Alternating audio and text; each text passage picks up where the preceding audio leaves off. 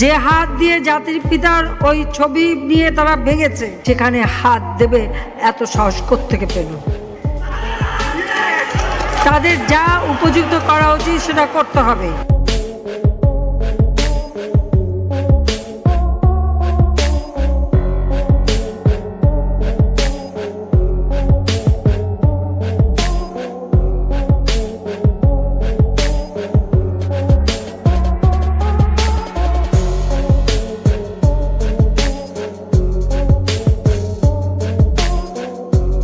ভারতে গিয়ে কি বলছে শেখ হাসিনা একবার শুনুন। শেখ মুজিবের মূর্তি যারা ভেঙেছে তাদেরকে নাকি শাস্তি দেওয়া হবে। আপনারাই শুনে নিন শেখ হাসিনা কি বলছে। হাই কমিশনে ঢুকে জাতির পিতার ছবি নিয়ে অপমান করেছে, এত সাহস কোথা থেকে পায় আমি জিজ্ঞাসা করি।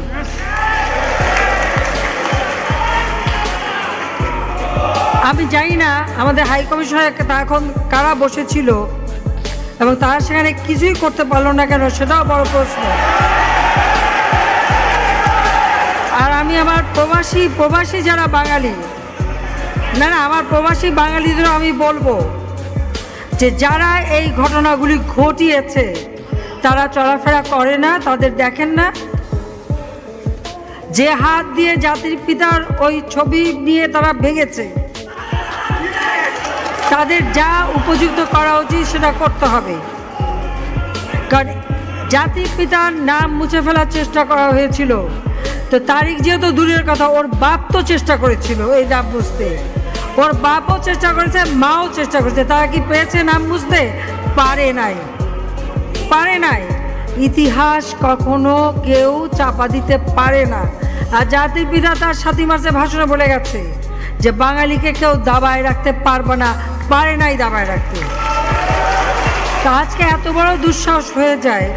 হ্যাঁ, আমি প্রধানমন্ত্রী এসে আমারটা যা করুক ওটা আপনি কিছু মনে করি না, কিন্তু যিনি আমাদের জাতির পিতা, যার আইন আছে, সেখানে হাত দেবে এত সাহস কোত্থেকে পেল?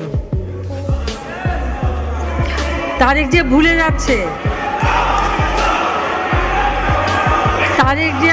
যাচ্ছে, যে তার মা দুর্নীতি করে জেলে গেছে। শুধু এতটুকুই নয়, খালেদা জিয়াকে শেখ হাসিনা কিভাবে অপমান করছে দেখুন। খালেদা জিয়া নাকি পাশই করতে পারে না, এরকম বলছে শেখ হাসিনা। খালেদা যেহেতু ম্যাট্রিক পাস করতে পারে নাই, বাংলার অঙ্ক ছাড়া শুধু বাংলার অঙ্কে, উর্দু আর অঙ্কে পাস করেছিল। উর্দু তো তার পেয়ারে বাথায়, আর এদিকে তো অঙ্ক তো আবার টাকার গোনায় লাগে। আমার মনে হয় সে হলো ম্যাট্রিক ফেল, তার স্বামী ছিল ম্যাট্রিক পাস, ছেলে যে কি পাস তা এখনো কেউ কোথাও বলতে পারে না। এবার দেখুন টাকলা ব্যারিস্টার সুমন গাড়িতে বসে কি বলছে। বিদেশের মাটিতে গিয়ে সে বলছে সে নাকি অনেক বেশি ভুল করেছে। আপনারা শুনুন সে কি বলছে।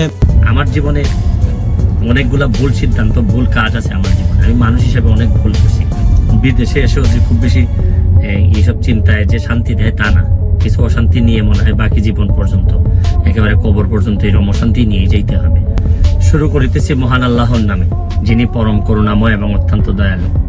গতকালকে বিকেলে নিউ ইয়র্কে এসে পৌঁছাইছি। এখন নিজের ভাগনার গাড়িতে করে আমাকে আমার বোনের বাসা থেকে নিয়ে যাচ্ছে আমার মা যে বাসায় থাকেন এই বাসায়।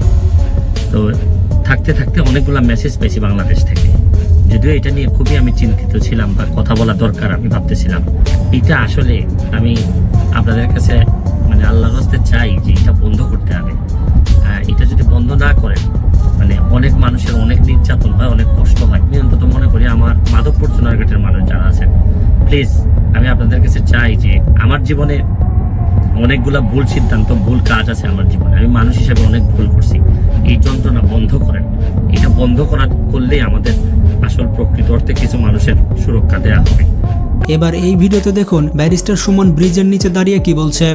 ডক্টর মোহাম্মদ ইউনূস যখন প্রথমে নোবেল পান, প্রথমে আমরা সবাই কিন্তু আনন্দিত হয়েছি, কিন্তু একটা কারণ এখন পর্যন্ত আমি মিলাইতে পারি নাই যে ক্ষুদ্র ঋণ সুদের ব্যবসা করে একটা মানুষ কিভাবে নোবেল পায়। এবং আপনি আরেকটা জিনিস বাংলাদেশের বিবেচনায় আপনাদেরকে বলতে চাই, ক্ষুদ্র ঋণের ব্যবসা করে ব্যবসাতে ঋণ নিয়ে কেউ বৃহৎ হয়েছে আমার জানা নাই। অথচ ডক্টর মোহাম্মদ ইউনূসের মতো লোকরা ক্ষুদ্র ঋণের ব্যবসা করে এত বড় হয়ে গেছেন যে হিলারি ক্লিন্টনের মতো লোকের নির্বাচনী প্রচারণায় তারা টাকা পর্যন্ত তারা ব্যয় করতেছেন বাংলাদেশে থেকে। বাংলাদেশের মানুষের টাকা উনি হিলারি ক্লিন্টনের এই নির্বাচনী প্রচারণায় দিচ্ছেন এবং এটার ফলও কিন্তু উনি পাচ্ছেন। দেখেন এখন উনি 175 জন বিশ্ব নেতা নাকি বলছেন যে ইউনূস সাহেবের বিরুদ্ধে যে মামলা, এই মামলা স্থগিত করতে হবে। ইউনূস সাহেব নোবেল পাওয়ার পরেই উনি এই দুই নেতা আওয়ামী লীগ বিএনপিকে বিদায় করে দিয়ে উনি গত টার্মে আপনারা জানেন উনি প্রধানমন্ত্রী হইতে চাইছিলেন। এইবারও উনি ষড়যন্ত্র করে আবারও উনি প্রধানমন্ত্রী হইতে চান।